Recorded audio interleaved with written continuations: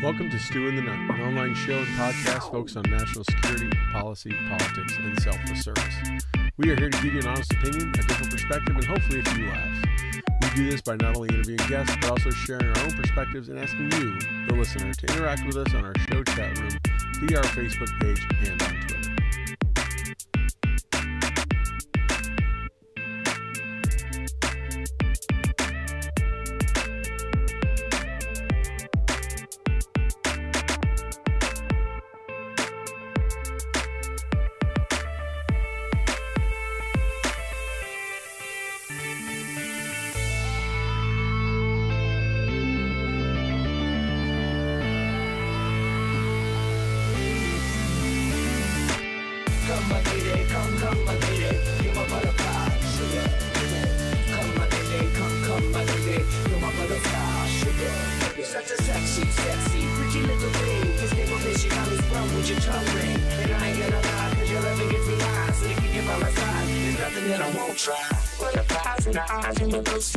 Time is passing, I'm asking, could this be real? Cause I can't sleep, I can't hold still. The only thing I really know is she got sex appeal. I can feel too much is never enough. You always gotta lift me up when these times get rough. I was lost, never found, ever since you been around. You're the woman that I want, so you are putting it down. Come, my nigga, you're my pretty baby, I'll make your legs shake.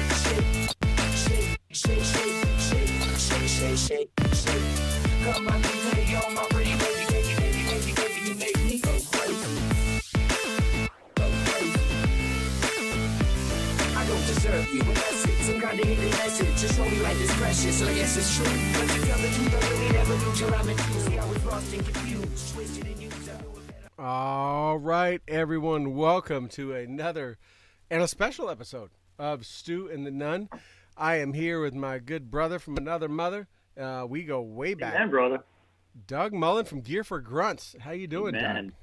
I'm doing great. Hey, it was great seeing you 2 weeks ago. Can you believe it's been 2 weeks ago? I you know. Were here and It just seems like, I was homesteading in your house, and we were hanging out. Yep. And right here. That's right. And that's right. Is that the room that I was in? This is not the room you that's were not. in. I recognize that's not the room I was in. There's a nominal fee to upgrade to this room. Yeah, I'm not quite hit titanium status yet. Yeah. You know, it's just it's an opt-in option. You That's get a free breakfast though.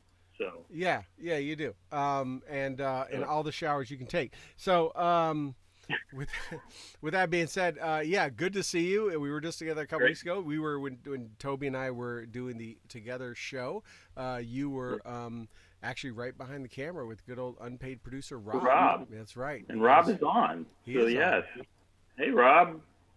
That's right. I see him, and we got a few people coming in. But yeah, so Toby is out of pocket tonight, and obviously you're filling in as kind of starting to. I mean, you're creeping up there too with close to Bellavie on the most guest host appearances.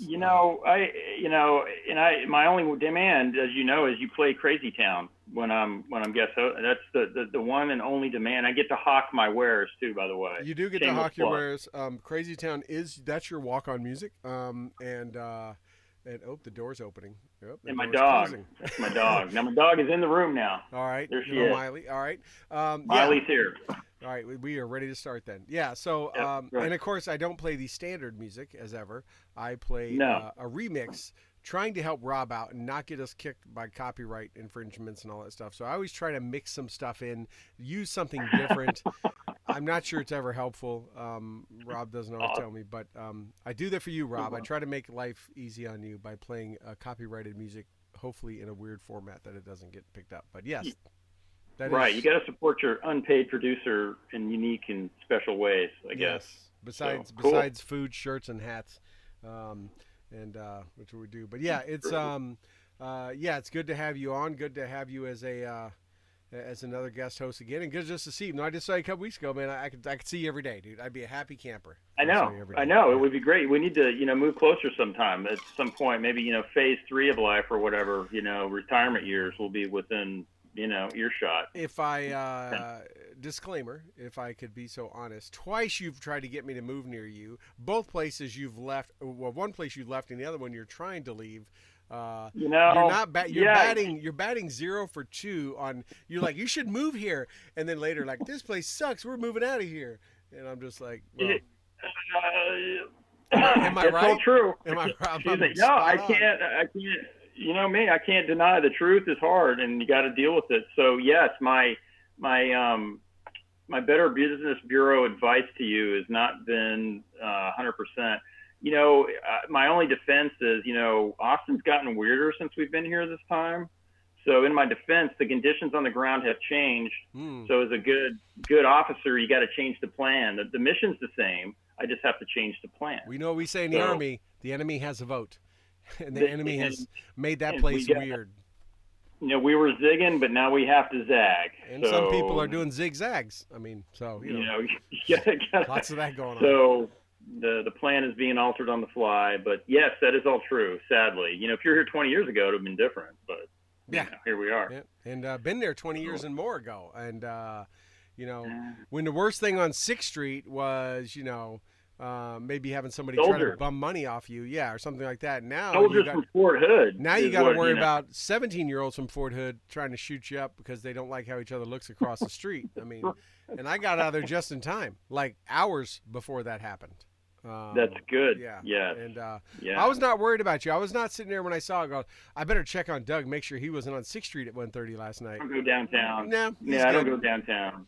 In fact, when I'm there with work, and I'm downtown, I know you worry about me. You're like, you going downtown? I'm like, it's all good. We're gonna get some pizza at 2 in the morning, and it's not anymore. Not anymore. I was gonna say no. You need to carry. Apparently, you need to weapon up. You need to be strapped, as they say. You need to have some, you know, a rapid access magazine pod with a fully loaded 30-round magazine is what you need. Available at gearforgrunts.com. That's right. Thank you. Good plug. Yep, 30-round magazines only allowable in Texas, not in the socialist state of New York. So that's true. That's true. What I just showed would probably get me arrested in several states. No, but that's all right. You're in the Republic of Texas. And the ramp device. Obviously, you are the CEO, founder of Gear for Grunts. You have the ramp. Yes, you have the ramp tourniquet, I guess you'd call it. And we have a tourniquet carrier too. That is correct. Where we modify the ramp with some nylon straps that can carry a tourniquet as well. Same concept. The tourniquet will hang out, so it's easy to get to. So again, it's all about the rapidity and using gravity to assist you. And now Gear for Grunts is the designer and maker of awesome shirts. Let me show one right look here. Look at I got the Spotlight Ranger shirt. Because that is my Gear for Grunts when my Rangers lead the way. Rangers lead the way, and I got the. So if that's not enough for you, and you don't like the candidates, you can go for the Mando Fett. This is the way ticket in 2024. Love that shirt. Make bounty hunting great again. Yeah. So what's the back of it say? You got to tell. That's the best says, the back of it says you can vote for us warm or you can vote for us cold. That's right. You know, that's like pure on, you know, Boba Fett, you know, I mean, I'm sorry, Mandalorian, you know, mantra there. So. I am bugging for season 3. I'm just like, you know. Right. It'll be interesting. Now, I think Cara, what's her name, Dune is back on. She was, you know, voted off the island, and then they brought her back because of popular demand. Is the last I heard. Unless Rob, I don't know, Rob, you can check my work there. Just make sure that I'm not lying. Is that Gina's character? Is that? Yes. Oh, yeah, really? They're bringing her. I did not hear that. That's the rumor I heard. Wow. So that would be what it needs. Yeah.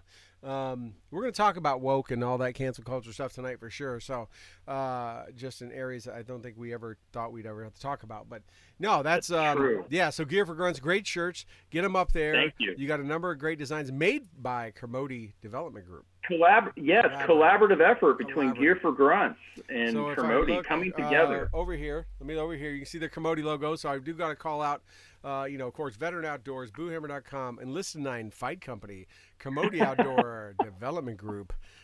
Gear for Grunts doesn't have a logo up there. They haven't quite hit the platinum level yet. They just get a mention. I know. And Alpha Elite Performance. Make sure you hit up Alpha Elite 15 to get that 15% discount at Alpha Elite. Stand by it, support it, use it every day when I'm in the gym every day. Love me some Alpha Elite. I've dumped the GNC stuff, all that stuff.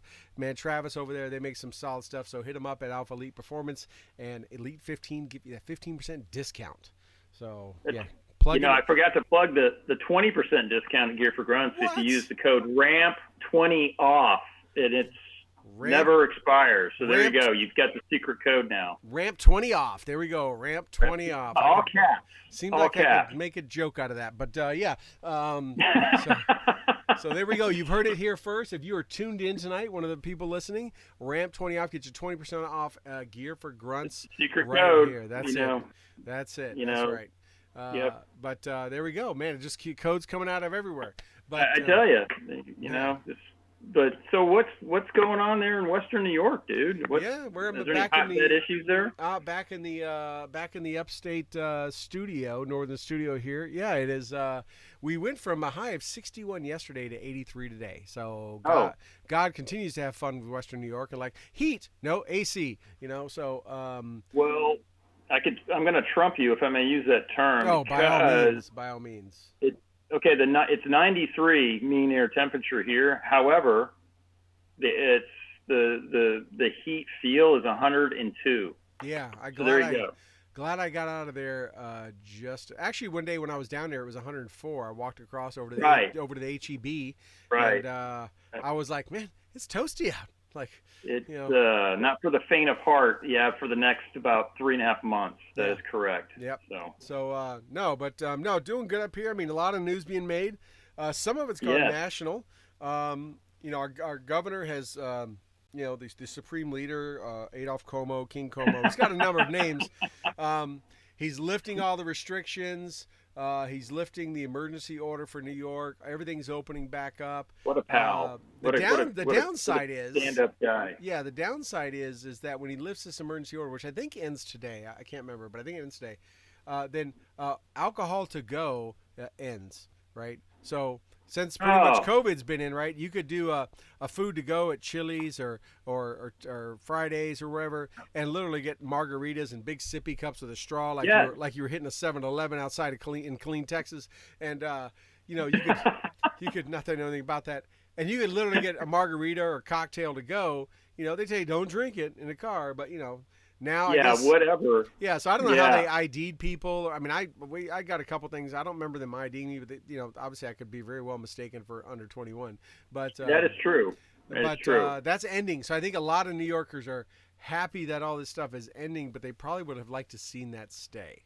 That should have been Yeah, we do the same thing. You roll up, get your margaritas, and leave. And I'm like, there used to be this thing called open container law here in Texas, where I'm not sure anybody in the cab of the car could have an open container, but like you said, with COVID, they just threw that out. I mean, maybe the alcohol helps kill the COVID. I don't know. Maybe that's their justification. Let me take you back a minute. Back to when I was at first in Texas in the late 80s, the law was you could have an open container that the cop could pull you over. It could be sitting in the cup holder. They just can't see you put it to your lips. You could literally have a half of a Miller High Life right there sloshing around. Schlitz malt liquor? Is that what you had in your Sunfire? Yeah, no, your Bush. Convertible Sunfire? Bush. And Bush. Oh, yeah. But you could have it open, and they could, obviously, they want to get you out, they can say whatever. But you could have an open container before they did that. But they also, in Texas, I don't know if they still have them, Doug, they had the first place I ever saw the drive-through liquor stores, which I thought was hilarious. The brew-through. Yeah. Yes, exactly. So it's like a barn. You pull up. The liquor, the beer containers are on both sides. Both sides. You tell them what on you both want. Sides. Usually the bottles are in plastic, spill-proof, break-proof. So I guess when you have it between your legs as you're driving, I don't know. I'm not judging, but I always thought it was funny that they had the travel bottles. First. They were plastic, like fifth bottles, 750 milliliter bottles. You could get a vodka, but it's in a plastic one, and it would say, travel bottle. Like, that seems kind of oxymoron. I never really understood that. Like, you won't cut yourself on the glass, but you might die in a horrific car crash because you're well over the legal limit. So right. I don't know. I guess it makes them feel better, Say, well, we tried to keep it safer. I don't know. But there's one down by Lakeway, by the way. You keep going out 620. So they're still there. They're still there. They still have the drive. Still exists. It's still a thing.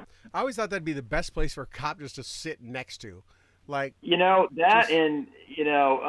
daughter works at Starbucks, and in the drive-through, if a cop would pull her, she counts the number of expired tags in the cars, and that's just the inspection sticker. But then there's plates that are expired. I mean, that you just sit there right after they get their handcrafted artisan caffeinated beverage, if Travis County cops or whatever APD would put, they made their quota in the next, within like literally 15 minutes. I mean, they just count, and it's like in the 10s and the 20s and the 30s for a couple hour shift. Well, I know I talked to your wonderful daughter, and I saw it firsthand when I was down there, of the number of people that take a very, very illegal turn right in front of her location. That's right. And I was coming by one time, and I saw that happen, and then I turned in there, and she made me a phenomenal drink. And I said, by the way, I just saw what you were talking about. Yeah. It's pretty good. It's pretty good. And let's just hope and pray she gets back to doing what she wants to at Disney World here. Hopefully she'll hear back really soon. Yep. Get her back on, what is it? Back in the,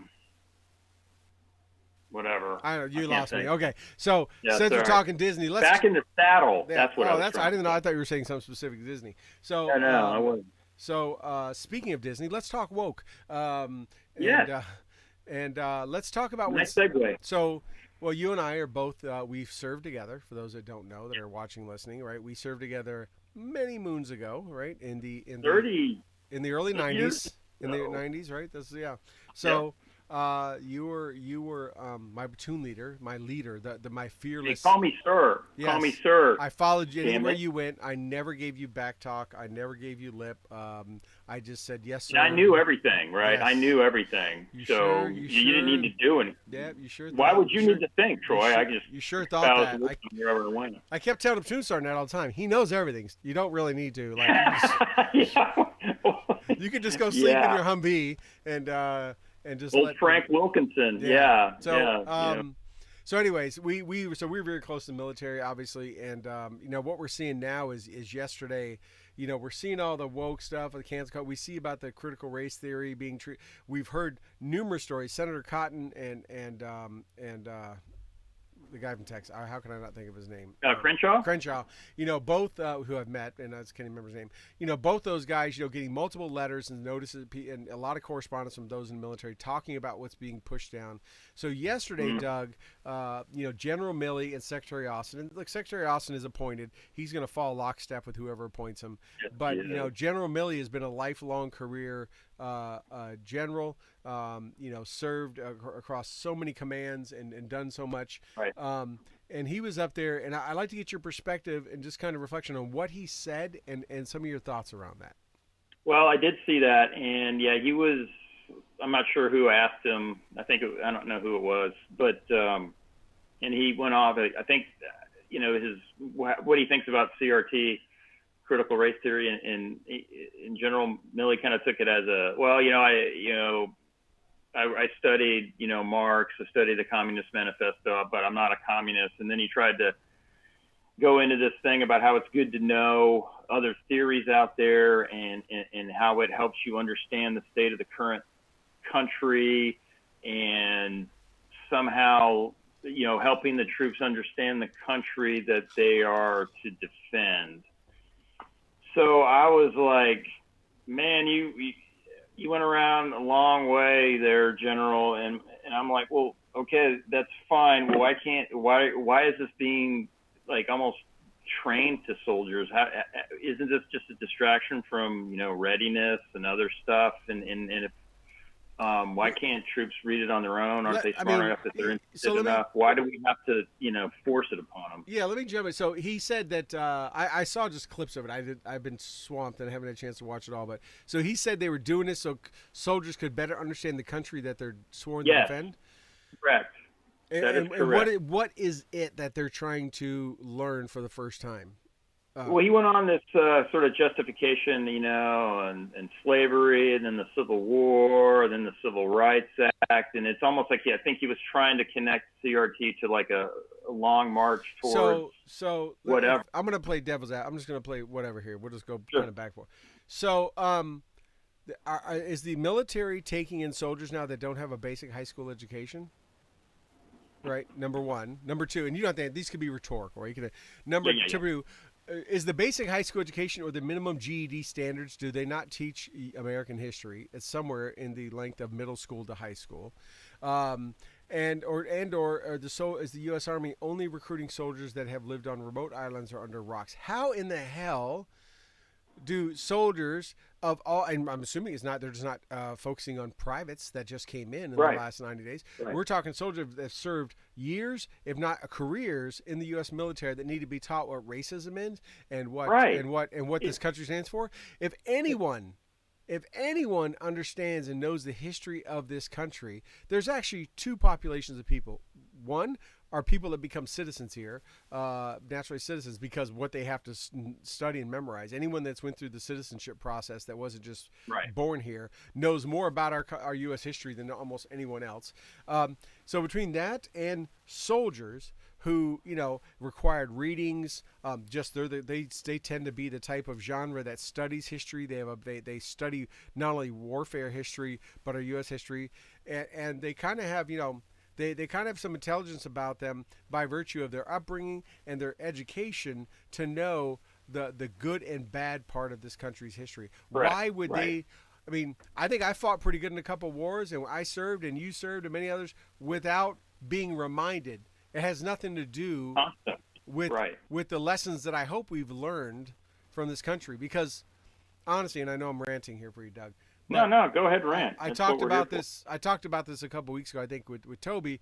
And I think I've said a few times on here, you can't find an organization in the globe, I'm going to say world, that has more diverse than the U.S. military, right? Correct. Not any other country's military, not anywhere else, no company, no government sector, or anything short of the U.S. military do you bring people from every genre, corner of the country, outside the country, territories, upbringing, from whether they were raised in a trailer park or raised in a mansion, all together in a tight, cohesive unit, is down as small as 3 to 5 people, and put them in high-stress situations where they have to depend on and lean on each other and even survive on each other.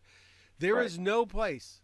And I challenge anybody to name me an organization that is more diverse than the U.S. military. That is the last organization that needs to be taught about diversity and race and everything else.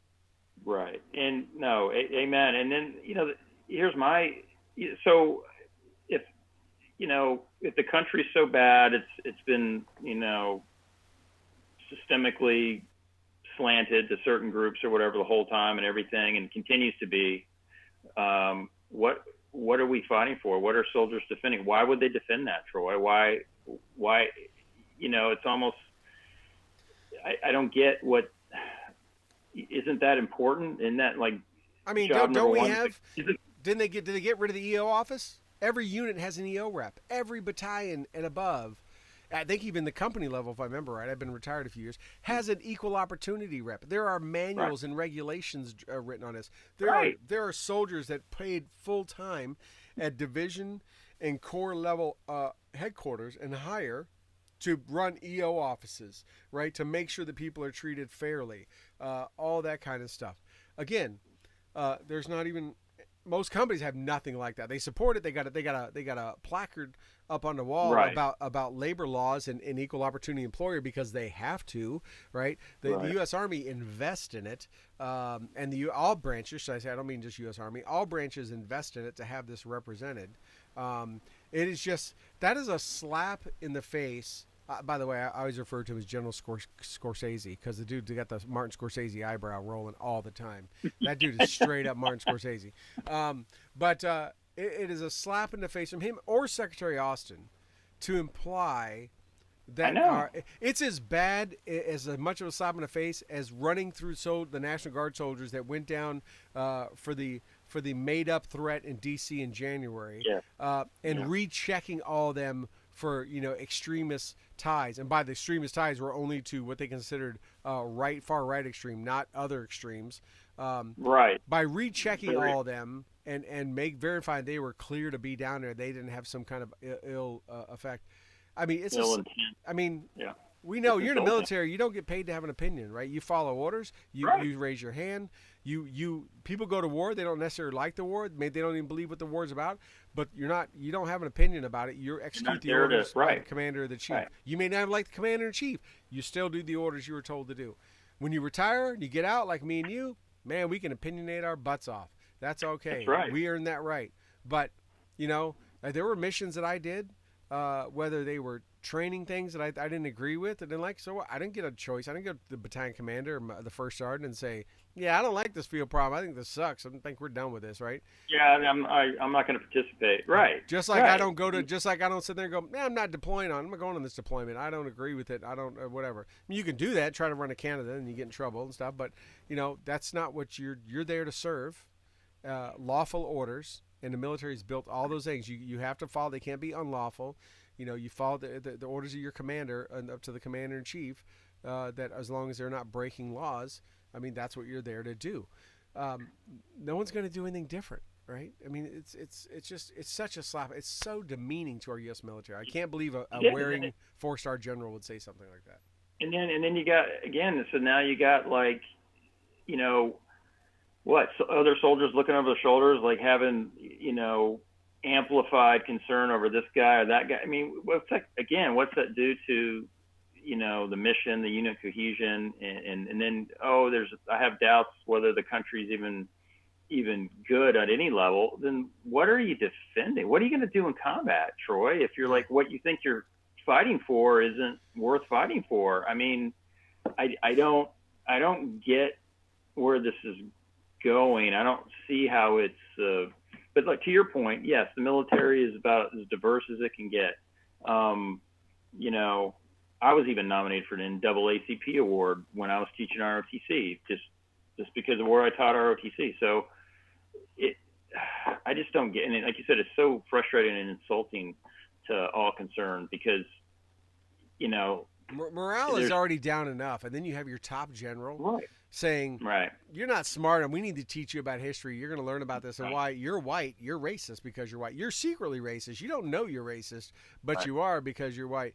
And it's just, it just astounds me, Doug, that all this stuff going on, whether it's universities that want a safe space that only want minorities there, or whether it is whether it's stuff like this, and you get people up there, pontificating and in the George Floyd autonomous zone, not allowing white people and stuff.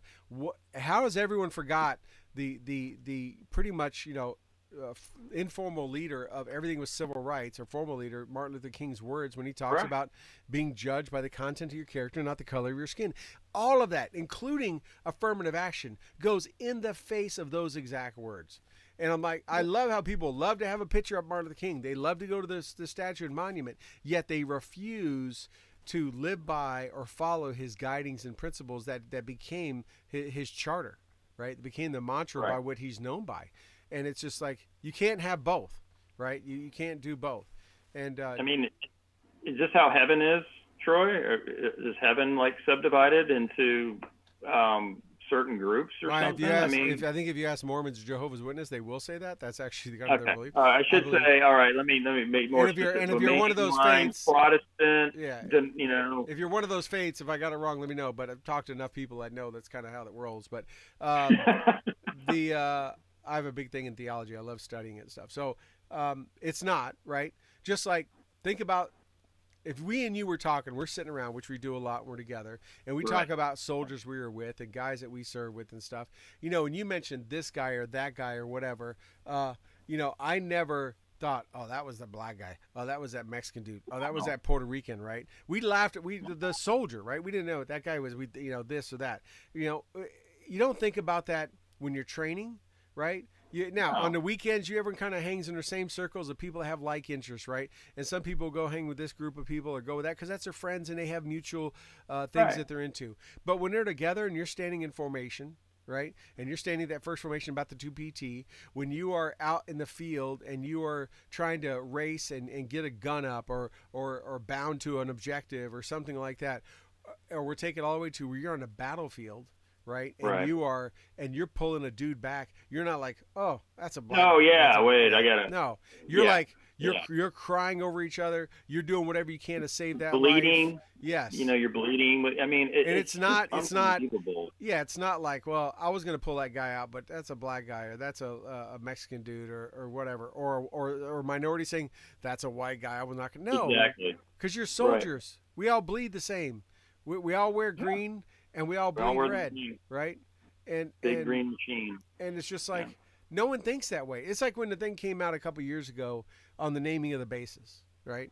When they were like, Right. oh, well, Fort Bragg Right. and Fort Benning and Fort Hood and all these places, they were named after Confederate. Like Fort Lee. I was like, they were like, they're like, oh, we got to change them because these named after generals that long ago were for something that was kind of acceptable at the time. That was the norm, Right. right? Right. And it was like, we got to change them. And I remember thinking, I may have talked to Toby about this. I was like, in all my years, 22 years of service, plus my entire life growing up in the military as a brat and then serving, never did I once hear a soldier, several we served with that were stationed at Bragg or Benning or places, sit there and go, man, I can't believe I got Bragg. It's named after that Confederate racist.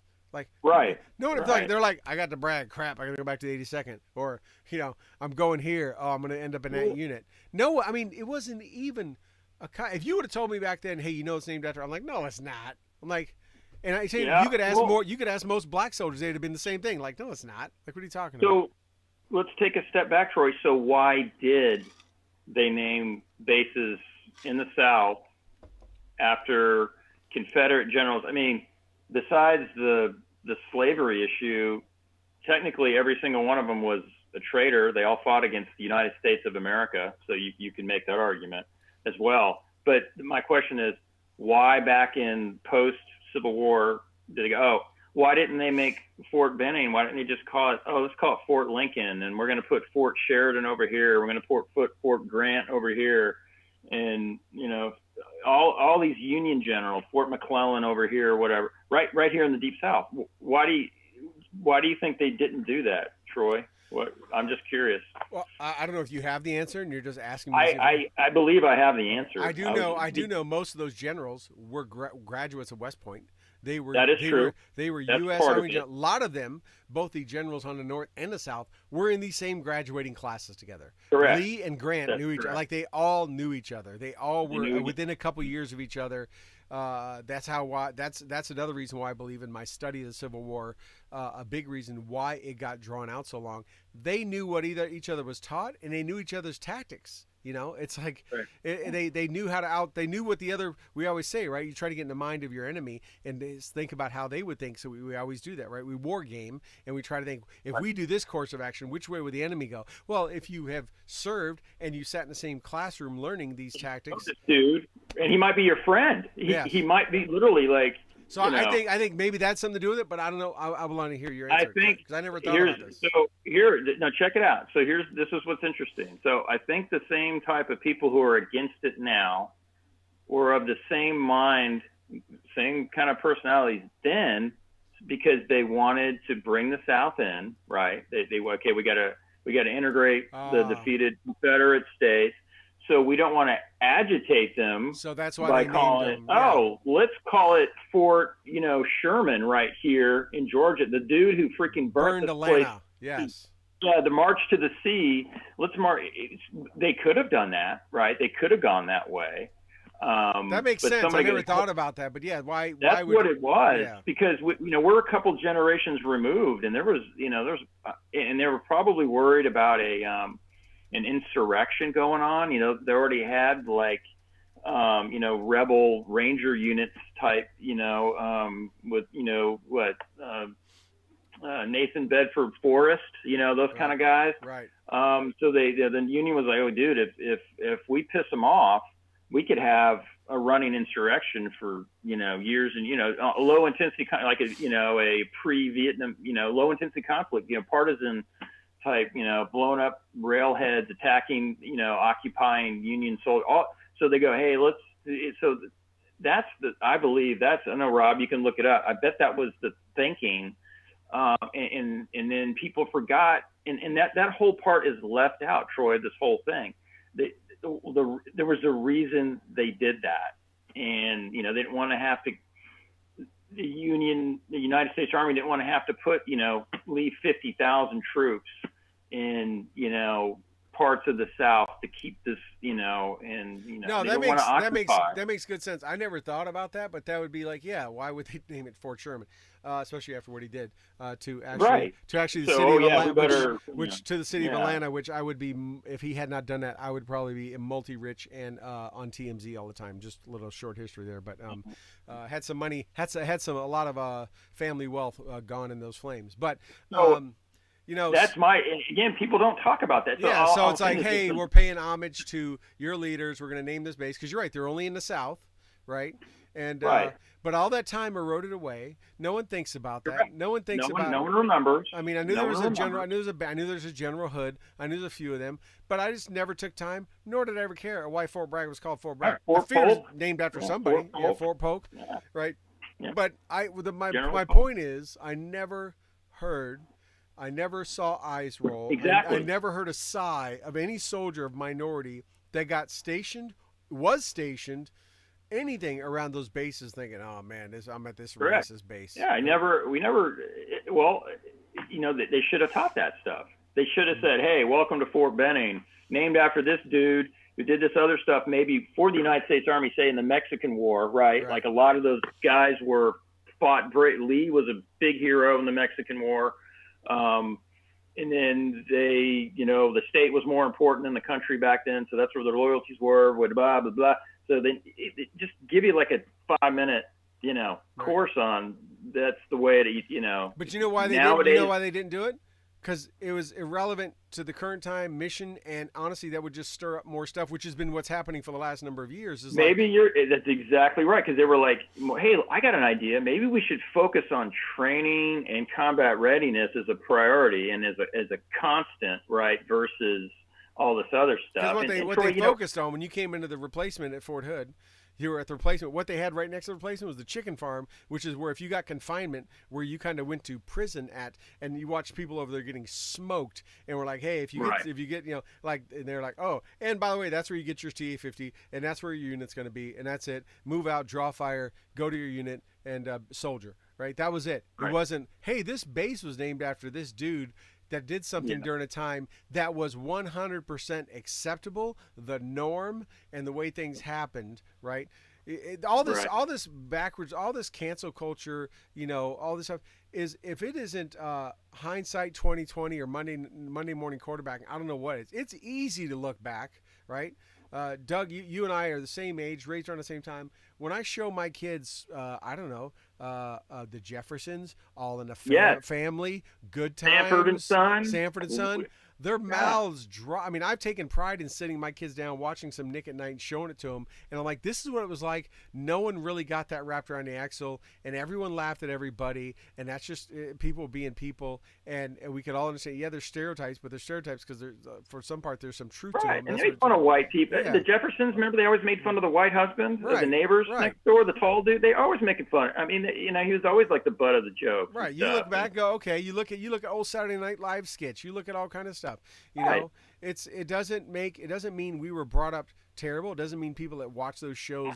I mean, I grew up as a kid. When I was a kid, watching I almost memorized every Cheech and Chong movie. Right? I watched all of them. I wasn't running out in elementary school firing up a fatty. It was just funny. These dudes smoked dope. They rode around. His dog followed his dog with a baggie, whatever. It was funny. Right. My parents were like, "Oh my God, he's going to turn him into a dope head." No, it's just like it was just people realized that it was fake. It was TV. Yeah. It was it's like music and video games.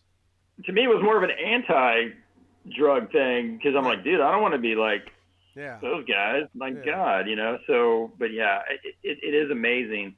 But what my point was, the same type of people now pushing all this stuff, Troy, were the same people who made, same personality types. I would argue made that the norm back then. They said, hey, let's do that. So it's just very interesting. And by the way, those dudes were elitists. These generals we're talking about in the Old South, they were probably the elitist of the elite. So that's another interesting item I would throw out there too, and to try to take that tidbit from back then and connect it to now, because take an elitist now, put them back there, Troy, put them in the South. Gee, what would they have been doing? Yeah. what kind of lifestyle would they have been living? Right, right. I mean, you look at, it's like with all the statue stuff over the last few years, right? The tearing down the statues. You can look to the country that has had the worst history, probably as bad or worse. People could argue than what we've done with slavery. And by the way, slavery's still going on today. It's in a lot of countries today, and especially in the United States, right? Our buddy Craig Sawyer, who's Vets for Children. I mean, there's people being trafficked. That's all slavery in the sex trafficking and everything. So I didn't mean to digress, but it's still going on. No. But if you look at Germany, right, who has a horrible history with the Nazi regime and stuff like that. And, when I was over there a number of years ago, took my soldiers over there, we spent a few weeks, we went down to Dachau, and, you talk about a sobering experience, right? None of us, for the most part, I don't have a Jewish background, obviously didn't have anyone I know like that, but it's humanity, right? And even to this day, Doug, I can remember you walk into what they called the shower room was, and I can remember every corner of that thing and what it looked like. And you have all these shower heads down, and they tell you like they thought they were coming to get a shower, and they just release the gas. And the ovens, you can open the ovens. I swear to God, you can still smell stuff in there. Still smell it. And you see that. And Germany didn't leave every concentration camp open. They left a couple of the big ones open. So their country would never forget and never repeat the horrific part of their history. They're not proud of it by any means, right? It's like walking around Arlington. It is a somber, hollowed ground. So many lives were lost there. It's like being at the 9/11 memorial. It's like anywhere like that. You were paying tribute to all the poor lost souls that were there, but Germany's left it open to make sure Germans never forget. And yes, these generals they've torn down, and statues or general statues and different stuff, they're not that level, but they're not the killing fields or the killing mechanisms. Right. But to rip them down and say we're tearing them down because that guy was a Confederate general, or that's a Confederate monument. Yeah. We should, at the end of the day, they were still Americans, right? They never actually said they were still Americans. A lot of those generals were West Point grads. They did, like you said, serve in this country in the military. But if anything else, it's learned from, hey, that's not the way to get things done if you don't agree with the government, right? And the slavery was not a good thing, and we, for the most part, have recovered from it. But like I said, there's still slavery going on. It's definitely not just against one minority or one race. So.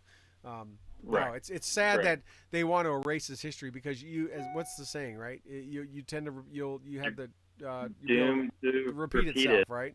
Because one day it's going to wash away. It's never going to be in the front. It's never going to be in the history books. It's never going to be on the news, and people are going to forget that it ever happened, and they're going to go back and do it potentially. Exactly. Repeat it all over again. Big cycle, right? Yeah. Yep.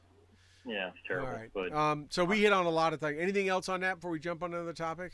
I think we're pretty much good there, but again, it's just interesting. I always try to draw analogies between why people did things in the past, whether it's recent past or long ago past and now. So, it's interesting on the naming of the naming of the I'll bases. try to do it again when we get on another topic here. Yeah.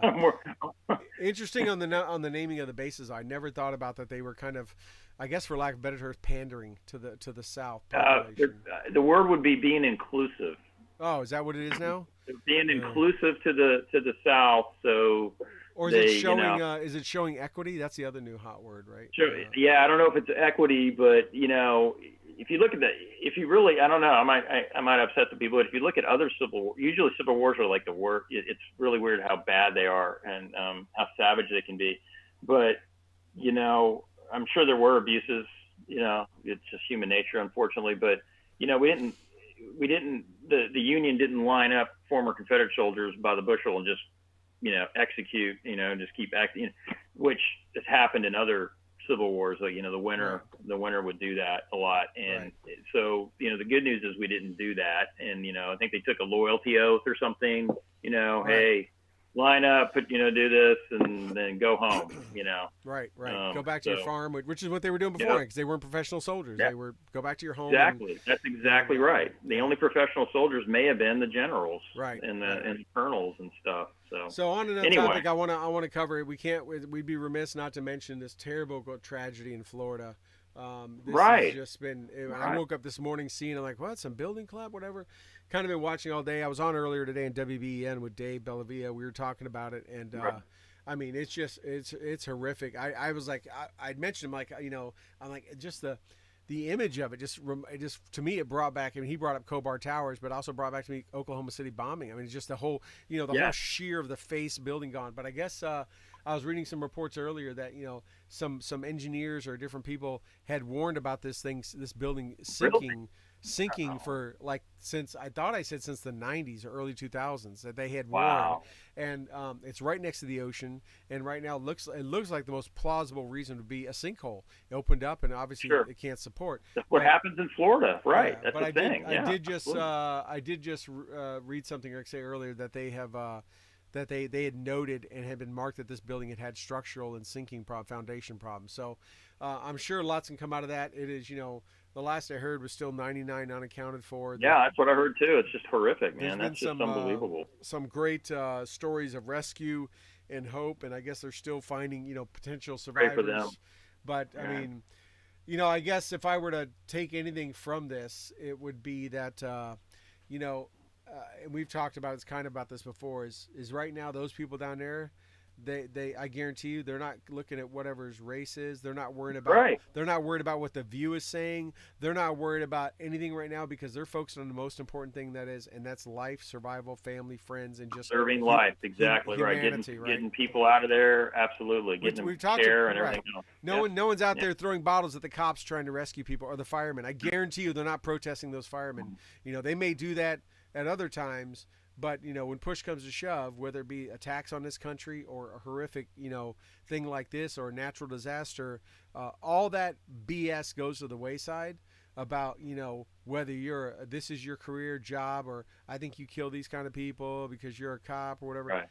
They're just like, they're grateful and happy that people are trying to find survivors, but obviously our prayers are going out because it's absolutely prayers for the victims and prayers for the first responders to what they're going through and the families who are still missing because absolutely. can't even understand what they're sitting there like the families that lost people in 9/11 that put those pictures up at the firehouses and what came every day looking to see if they found their loved one and stuff.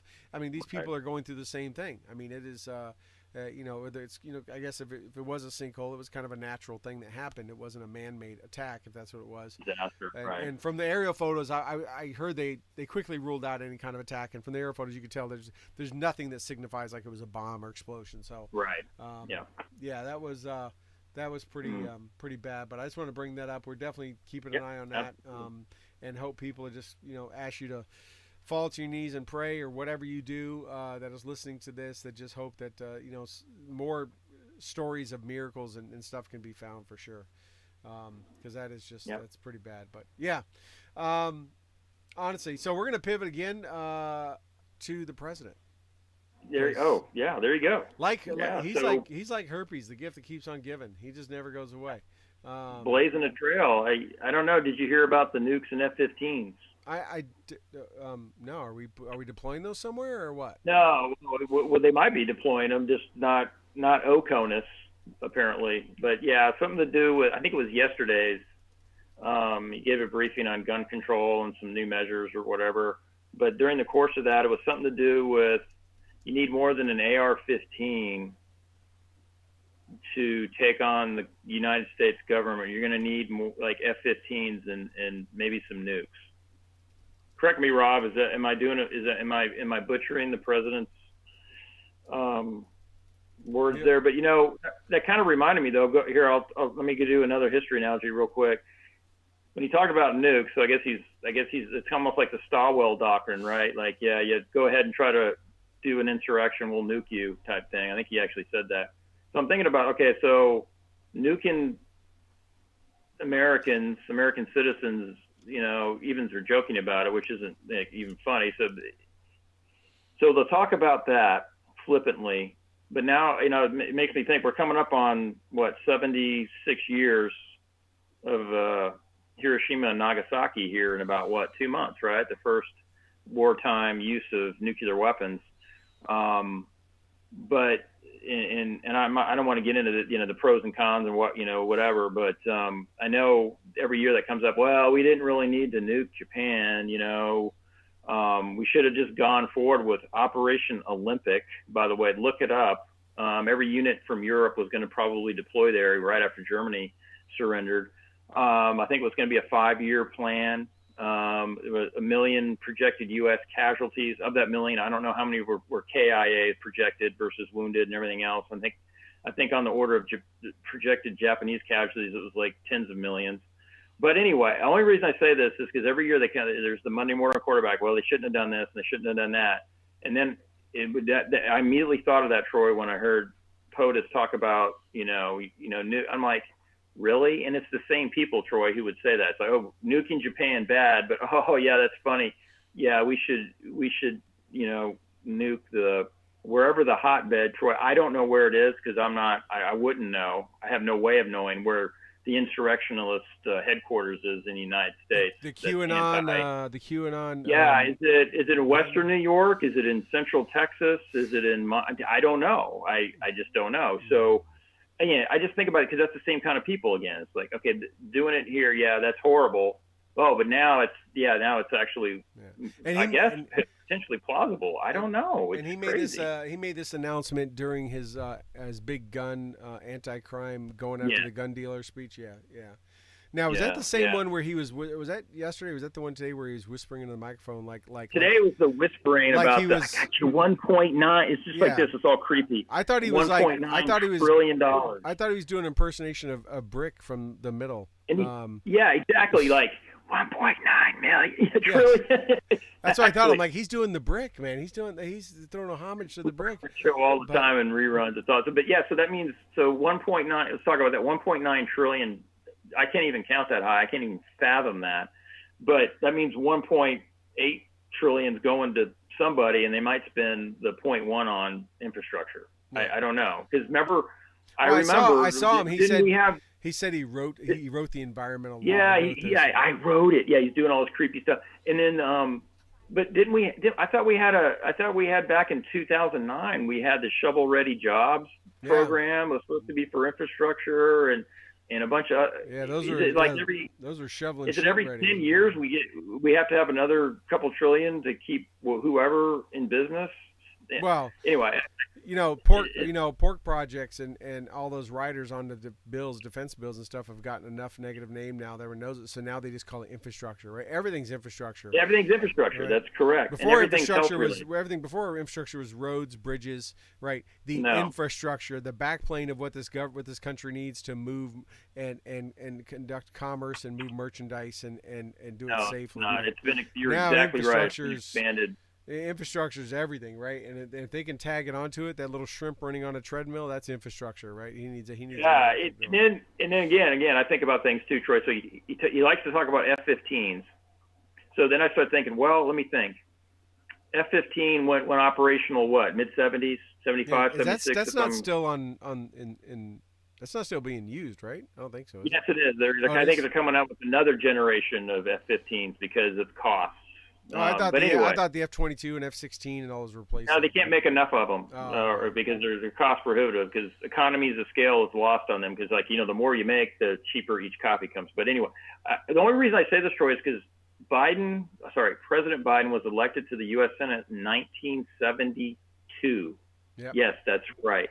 So he's talking about F-15s, and he's basically saying how awesome they are to defend the country against insurrectionists. All I want to know is, when he was a senator, that's about the time they were probably doing appropriations to fund the F-15 program. I am curious as to how he voted, because members of the Democratic Party in the early 70s weren't too fond of big defense spending. Yeah, they were coming out of Vietnam was winding down. They cut off funding for the South Vietnamese army, and South Vietnam fell in 75. So I'm just thinking about when they start talking tough and cool, I'm like, well, was he there when it counted back in 73 or 74, whenever they funded that program with McDonnell Douglas? Hey, if his authoring of the 1994 crime bill doesn't matter today, that surely doesn't matter today, right? So I just think about these things because it just drives me nuts, the hypocrisy, the hypocrisy. Right. But yeah, the 94 crime bill, that's a whole, oh my God. Right. Yeah, absolutely. The media and stuff, everyone conveniently ignores that and forgets that. And so they're not going to worry about what he did in the 70s. I mean, it's going to or 80s or the 90s or the 2000s. They don't care that his son is dropping N bombs and everything, you know. And now, unbelievable, isn't it? And now I see today potential paid for a $25,000 prostitute bill with a joint credit card with his dad. Right, that's coming out today. No way, I didn't hear that one. Yeah, oh, so apparently man. he was in Russia. Not just in Russia, a Russian prostitute. He was trying to run multiple credit cards. None would go through. The report I saw, I haven't totally corroborated it, should I say. And then finally got one to go through, and it was one that was a joint with him and his dad. And then the other charges eventually went through, so they were all ringing up and going through in the country of Russia with a Russian prostitute using the Russian infrastructure to process that credit card. The President Biden was not the president at the time. He wasn't a candidate. He wasn't a vice president. But still, he was a very influential person in the political stature of this country. Right. So that's what I heard. So I mean, they're not talking about that. There's certain circles talking about that, but not the vast majority of the mainstream media. I mean, they don't give it any. Isn't that blackmailable type? Yeah, that's usually the kind of stuff that when doing a security clearance, they kind of want to make sure you don't have anything that you can be blackmailed for. That would, I think, chalk right up as that. Yeah, the morality issues, like, just put that to the side. Like, well, how would a nefarious actor potentially use this to blackmail him directly and any member of his family? But yeah, it's the selectivity, the selective outrage, and the conditional caring is something to behold. That's all I'll say. It is really something to behold. But anyway, so yeah. So what else do you got? What else is hot and topic you want to hit on tonight before we wind this down? Let me see. We talked about the latest and great. We talked about the whispering. Just real quick, did you see him doing that? I mean, did. I watched the video. Yeah, I watched it right before we went weird. on the air. Yeah, that kind of tripped me out. That was the weirdest thing I saw, and I'm kind of freaked out by it. But anyway. I heard the vice president is going to the border. Yes. Unfortunately, it's 800 miles from where she needs to be at the border, where everything's happening. She's going to El Paso, correct? She's going to El Paso, yeah. Which is the furthest west-ish you could go in Texas. So yeah, Texas is kind of a big state, as you know. So 800 miles down to the Rio Grande. McAllen, Texas. Yep. Yeah, she's not going to Brownsville. So it's kind of like to give you people an idea of the distance. It'd be like going to Chicago to see how bad the crime is in New York City. They are 800 miles apart. So that's the same distance from El Paso to McAllen, Texas, is Chicago to New York City. So, or maybe the other way. It'd be like the general in combat, just visiting the quiet sectors, not going where, right. Or general the hot zones are, right? Yeah. That's so what it's like. And so she's going down there. A lot of people are suspecting it's because obviously, and she's going down Friday, right? They always bury the bad. They try to bury stuff on a Friday before. Right at the end of the week, right? Yeah, right at the end of the week, right. So she's going now. She's going now because the president is scheduled, or the past president Trump is scheduled to go there on his own next week. So I heard a person saying today, he's like, well, this is awesome. Maybe he should say that he's going to go check out. Maybe President Trump should say he's going to go check out the violence in inner city Chicago to make the administration go to inner city Chicago. Sure. No. Right? Maybe they'll go to New York to see how inner city Chicago is doing because they like that 800. Maybe he'll go to Fort Benning, Georgia, or Fort Hood, or Fort Lee, Virginia. So that's where you should go to bring attention back on that issue. Right. So it just goes to show. I mean, And I wonder if she'll even leave. Leave Fort Bliss. I'm assuming she's flying into Fort Bliss and going there. And probably, I imagine people got to be seeing through this. Everyone else, the Congress people, senators are going down to where the cages are, or shelters, we're going to call them. Right. They're going right there as we're watching illegals cross. Illegal aliens, yes, I said that, crossing the Rio Grande, crossing the border. I mean, to be 800 miles away, it's like, why are you wasting my freaking tax dollars? How about just stay in D.C.? You're about as effective there as you would be in El Paso. They're gonna show these pristine, facilities, these processing facilities or whatever, and so the assumption is it's like that everywhere. It's all good. And she's gonna laugh and cackle. She's going to wait, no. We have to count how many times she says root causes. So that's a drinking game. Oh, is that? I did says, not know that. Oh, okay. Oh, when she went to Honduras or whatever, and it was like root causes, and they literally, dude, it was like, man, she said that a lot. I would be lying on the floor by then if we were taking shots. So we'll see. I'm just curious if she'll say the same kind of speech. Yeah. But yeah, that is interesting. She's just trying to go Trump, I guess, and the pressure got to her. So she said, I checked the box. I went to the border. Everything's perfect. I deem it perfect. So yeah. Everything's great. It's all good here. It's like Baghdad Bob, right? All good here. Don't worry about those M1s behind me. Baghdad is totally safe. We are good to go. Just showing the general, what you wanna them to see, I guess. Yep, that's it. But yeah, so I did see it. So I don't know. I mean, it might as well just stay away and let Fox keep rolling the days, how many days she hasn't been down there. But I mean, I guess you can reset the clock here. Yeah. So no, we got we have our Independence Day coming up, the 4th of July here coming up next weekend, and a day for there was a big target. President was hey, do the right things, wear a mask, get vaccinated. Maybe he let you have a barbecue with your family. Maybe he will. Which kind of goes against the whole point of like Independence Day. But anyways, so we got that coming up. He's granting you your independence. Granting your independence, yes. And I'm not sure he knows what country he's in to do that, but yes, he is. So that's coming up. Any big plans for you for the 4th of July to celebrate the great country we have? Hopefully a lot of chilling out and, being thankful for what we have and everything that's come before us to provide us, to enable us to live the absolutely silly first world lifestyle we live that I love, but at the same time I would be remiss, and it would be a sin, I believe, to not appreciate it because it didn't come for free. It came at a high price by a great many who came before us. So that's what I'll be doing. I'll be reflective. Oh, good. Are you going to be doing some speed load drills with the ramp in the backyard? Maybe? Yeah, that's how patriotic I'll be. I'll right in my backyard. They'll love it. You see my backyard. Yeah. Neighbors would be out there cheering you on with their iPhones out. Just shoot some rounds off in the air. No, just practicing. What the hell? Why not? Just practice your speed load drills, right? Throw some Crazy Town on the speakers behind you. Maybe a little Tom McDonald, my boy. Rocking out some of his good stuff. If you don't know, go check it out on Tom McDonald on YouTube. Yeah, awesome. But what are you guys doing? I am. I haven't got all my details locked in, but probably will be in another state. But with some family and checking some things out there and celebrating together as a family over the 4th weekend and just enjoying the great country that we have. That's been here longer than the people in charge have been here right now, and I know it'll be here a lot longer and things will get right again.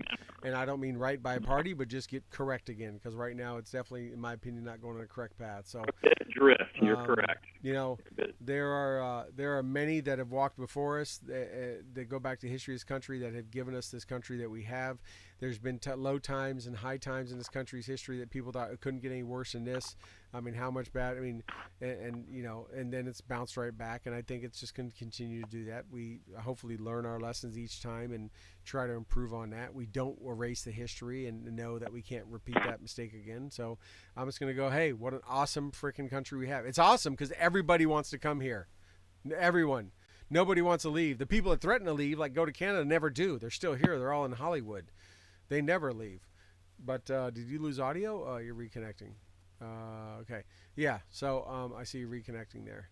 But yeah, I will just be, loving this country and glad that I was born here and lived here in a country that everyone else would like to be in and would like to replicate. As we talked about earlier, they try to do it all over the country. So I see you're back on audio. Don't worry, you didn't miss much, Doug. Just me rambling. Sorry about that. That's okay. I saw. Can you hear me now? I got you 5x5 there. Lima Charlie there. Cool. Sigo. Yeah. All right. So, I have redundant commo as a good Sigo should, right? That's right. It's got retrans is back up and running. But just crank up that 312 a little bit harder. Just crank up that 312. You got the Taxac shot back in. That's it. Awesome. Set up the Coke can, point it the right thing, 62 degrees on a 45 Find degree the bird, angle. man. Find the bird. That's it. Again, it was, hopefully you'll be back down our way pretty soon, and maybe we can link up somewhere else. We need to follow up on what we were talking about, by the way. Yep. I'm hoping to be down there, for sure. And I hope to be there more often than every 15 months. That was a weird long stint for me not to be in Austin. That was weird, wasn't it? Yeah, it was weird. It was good to see you and the family, and welcome. Thank you so much again for having me there. You are so welcome as always, sir. Good to see Rob and Toby and everybody. So with that, I think we'll wrap up for the night. And sounds good. Let everybody have the night back. Thank you, Doug, so much for joining me tonight. Thank you for having me. No shortage. There's never shortage of topics to talk about. And with us, there's no shortage of opinion. We didn't even get into 80s music trivia, but that's for the next show. Maybe what we can do. Nick Gelder, Hot Child in the City, although not 80s, it's 1979. You should maybe next time I'm privileged to be guest host, maybe we can lead in with that. I will roll any walk-on music, any intro music you want. We can definitely because. Yes. That's what we were quizzing our troops on down at the gun lines. Remember that? You were keeping them awake. You were quizzing them on a lot of stuff. Yes. I just made sure they took packets of instant coffee and stuck between their lip and gum. I figured that worked well. That kept them awake too. Yeah, that worked great for somebody in particular now, didn't it? For a few hours. Then they became a big bag of crap because they couldn't function. Great garrison soldier, but the field is not there so much. All right. Well, God bless him. Hope he's doing all right. Anyway. Hope he is. Thank you so much, Doug. Thank you, everyone, for bringing us into your ears and on your screens tonight. Thank you again to Veteran Outdoors, Commodity Outdoor Development Group, Listen 9 Fight Company, BooHammer.com, Gear for Grunts, and Alpha Elite Performance. How'd you like that? Roll that right off. That was awesome. That was professional. That's it. We'll see you all next week, next Thursday, 8 o'clock Eastern. We'll have some announcements then and here on StuandTheNunn.com. Thank you so much, and we hope everybody – let me get my stuff together. We hope everybody has a great night. Everyone, see you later. Absolutely. God bless.